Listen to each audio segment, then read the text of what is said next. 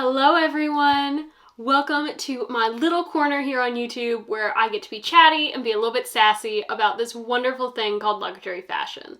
So today I am going to be giving my recommendations on 7 things to buy this, not that. And I'd love for you guys to comment your thoughts on my picks as well as some of your own what you think you should buy this, not that of in the luxury world. If you haven't already done so, please make sure to hit the subscribe button down below as it really does help my channel. And I want to thank everyone who has helped us get to 250 subscribers today. So with that, let's go ahead and get started.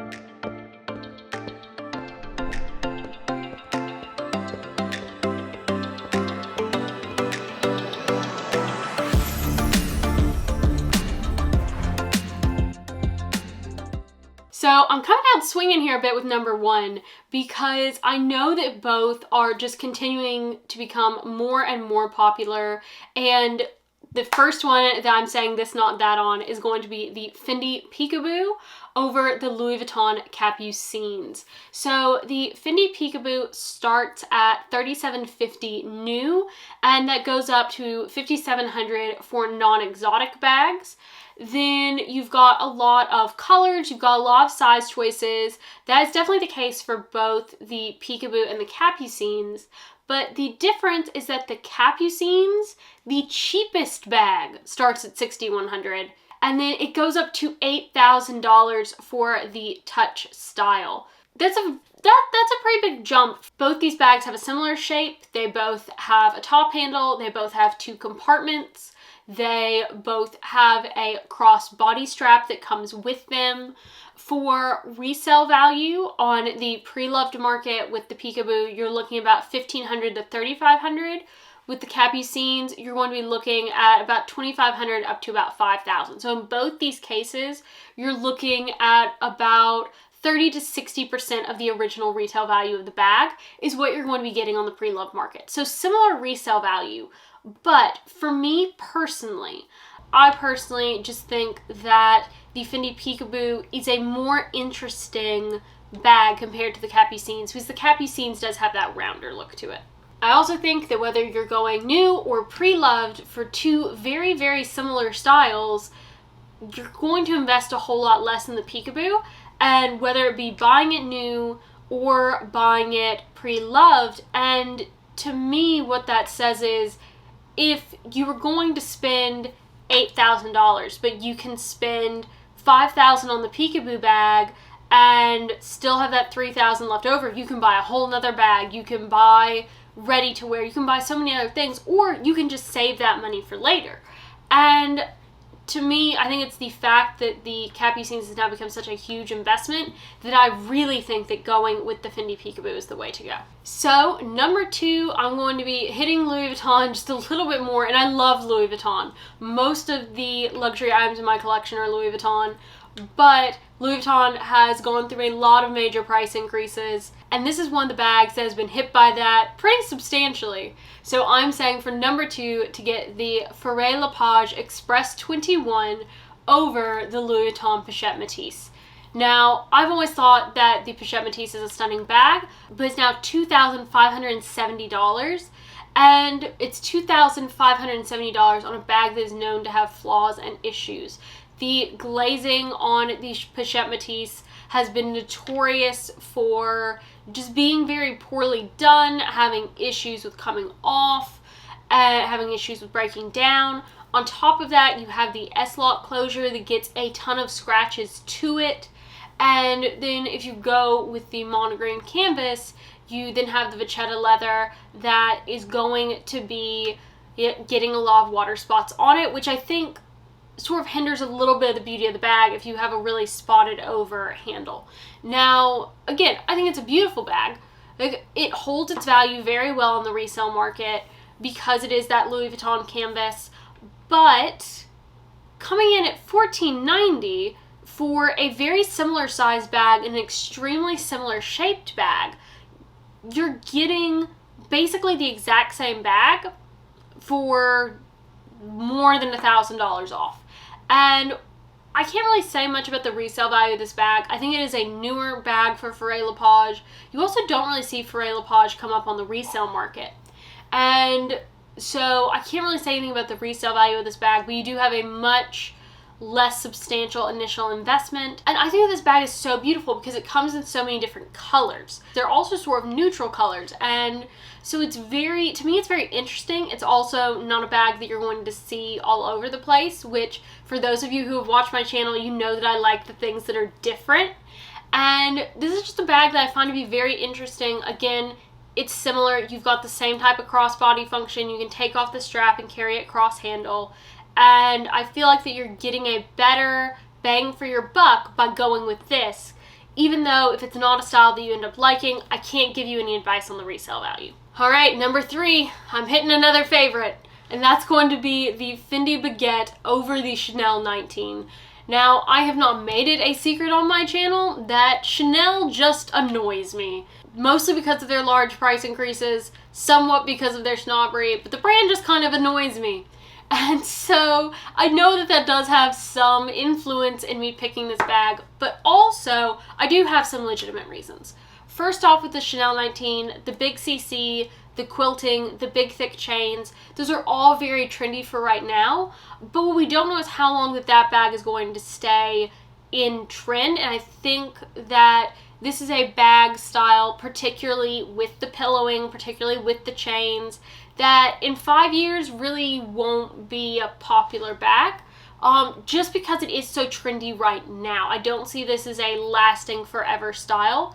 And the Chanel 19 is very, very expensive. It is $5,700, and that is a lot of money. It's also a lot of money for a bag that is machine made as opposed to a handmade bag. I mean, it was just a couple of years ago that this is what a classic flap cost.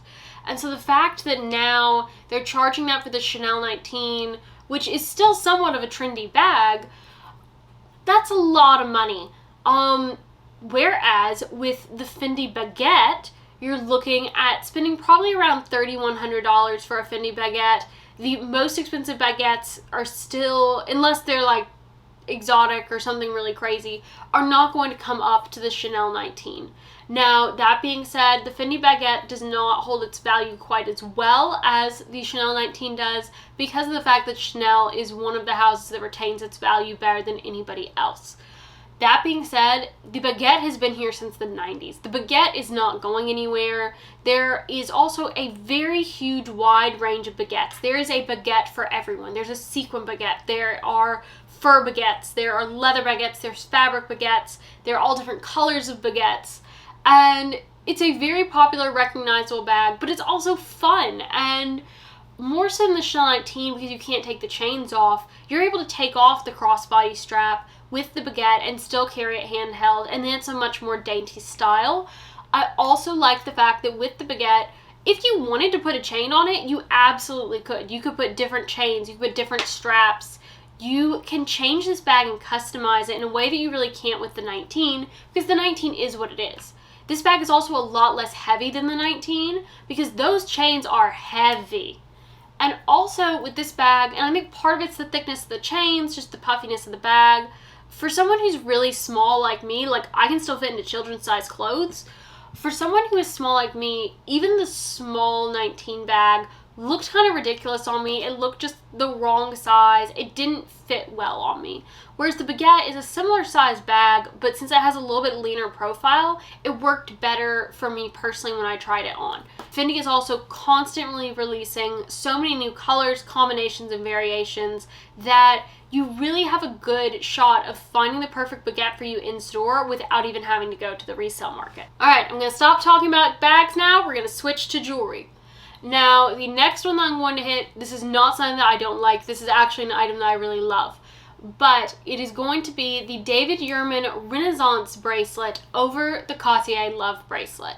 Now, if the Love bracelet is what you want, or if any of these items that I've mentioned today is what you want, save up, go for that item, because getting a replacement, getting something that you think, well, maybe this will satisfy me, it's probably never actually going to, you're probably still going to want the item that you really want. The point of this video is to give you guys some ideas of very similar items that are either priced better, more functional, that I personally like better, just to sort of give you guys some options, because let's be honest, a lot of these luxury things are really similar, and these two bracelets are no exception.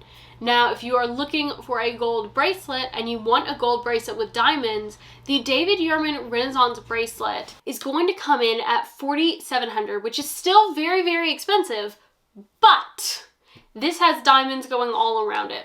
Whereas the Cartier Love bracelet, to get just the thin Love bracelet with the 4 diamonds in it, you're going to be spending $6,600. To get the regular Love bracelet with just 3 diamonds, or maybe it's 4 diamonds, you're going to be spending $11,100. You could literally get the David Yurman Renaissance bracelet with diamonds going all around it, plus the thin Love bracelet just plain, for less than you would be spending on the regular Love bracelet with just a couple diamonds in it, because Cartier charges such a huge markup.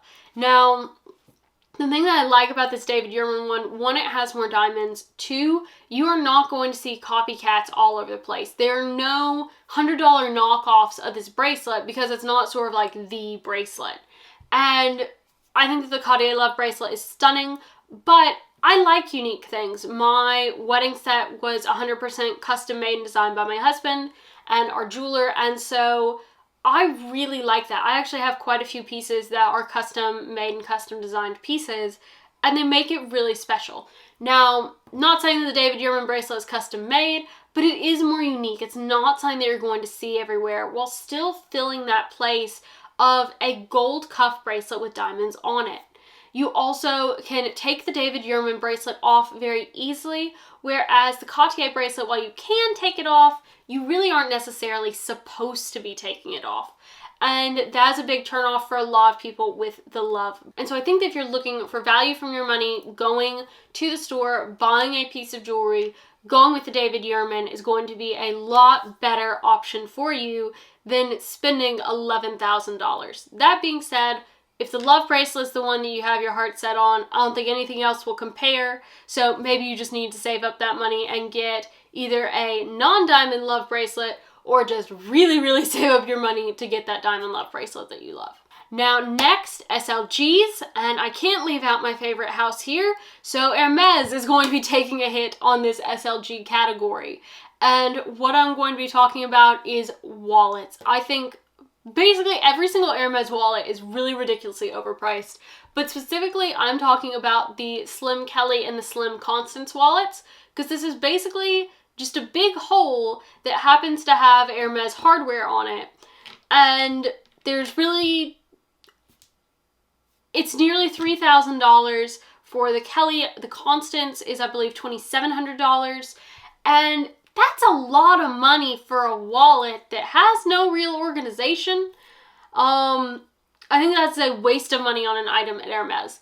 The thing that I think is actually a much better price if you're wanting a very slim profile wallet is going to be the Gucci Ophidia GG wallet. It is $470. It is still clearly luxury, much more so than the Hermes, just because most people won't necessarily recognize the Hermes, but you have plenty of spots for cards, plenty of spots for cash, and if you're someone who carries coins, you can very easily spend the $250, $270 on the Hermes Bastia to have for your coin holder, and then you will have both a nice wallet and an Hermes piece for way, way, way, way less than that $3,000 wallet, because I'm sorry, that's just too much to spend on a wallet, and I love Hermes. Now, that being said about the Hermes wallets not being a very good price, I am going to talk about number 5. I think we're up to number 5 now. Maybe we're at number 6. Either way, we are going to be talking about the Hermes item that I think is far worth it more than any other in this category, and that is going to be the Hermes belt. Now, specifically for me, I think that it's the Kelly belt, but I also think that the Hermes belt kits where you pick out your buckle and then you get the 2 different colors of leather for the belt, I think that both of those, one coming in at about $860, the other coming in at, I believe, $960 for the Kelly belt now. It's a lot of money for a belt, but you get a belt that is extremely versatile. With the Kelly belt, you are getting a belt that you can totally adjust. So like, I can wear that belt with any skirt, any dress, any pair of pants, because I can adjust it to fit what that specific item needs. And then I don't have that like really ugly tail hanging off, because a lot of times if you go with any other house's belt and you try to get a size that will work for everything, you'll end up with one of two things. Either you'll barely get it to fasten on the pants for it to be able to go very, very tight on the waist, or even just regular on the waist, or you get it to fit comfortably on the pants, and then when you move up to the dress, you have to put it on like the last hole or punch extra holes, and then you end up with like this big flappy tail of leather hanging down, and I don't particularly like that on my belts. And so I think that just having the Kelly belt, it just really, really classes up an outfit so much, because it's such a gorgeously made belt.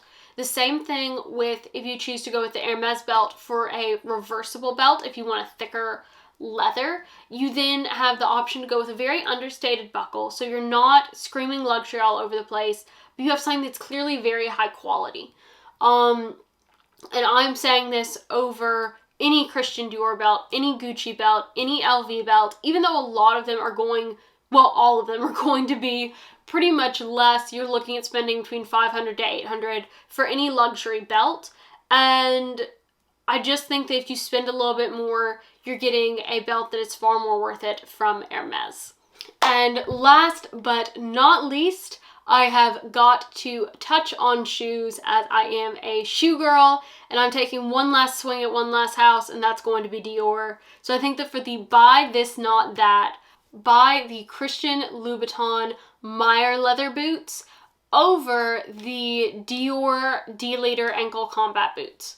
So Dior is very well known for their combat boots. They are very popular for their combat boots, particularly the D-Leader style. Now, I don't particularly like the Dior boots because I think that they are very thick, very chunky, very heavy. And particularly with the D-Leader, I think it's very busy. And I find that with a lot of the Dior shoes, I don't particularly like the look of them because I think they just look kind of busy. Now, I really like this Christian Louboutin option. First off, it's less expensive. The Dior D-Leader boots are $1,950, whereas the Christian Louboutin boots, while still being very expensive, are $11.95. And I think this boot, it's still got that combat style, but it's a slimmer style, so it's not going to look so chunky and big on your foot. It also is still very interesting because you have some different leather things going on. You've got a little bit of a sweater touch to it. I think it's a beautiful boot. I think also, if you were okay with going with some nylon on the boot, I think that the Prada version, where they're leather nylon boots that come in a flat version, a 55 millimeter version, or I believe it's 110 millimeter version for $1,150, $1,200, and $1,250 respectively for the different heights. I think that that is a fabulous boot. It is gorgeous, it is stylish, it is clearly combat, it is extremely comfortable to walk in, and it has, even in the heeled version, it has enough weight to it to keep you steady, but not enough that it feels heavy. And I think that's very important because that can be a hard balance to strike. I think that going with either the Prada option or the Christian Louboutin option, depending on the exact look that you're really trying to go for with a combat boot, is just a way better option because I think the boots look a lot nicer, and to me, they're also much more comfortable. So I hope that I haven't hurt anyone's feelings in this video talking about what I think you should buy, this, not that. Again, if it's an item that you love, buy it, because I don't think that looking for a replacement is ever going to be the final solution for you. I think that you're probably always going to think about that item that you truly love. But if you're stuck between items, if one of the items that was on the that side of the list is something that you like but aren't quite settled on, hopefully this has given you some ideas for some alternatives. And I hope that you've had a lot of fun with me doing this video today. I hope you have a great rest of your day, YouTube. Bye!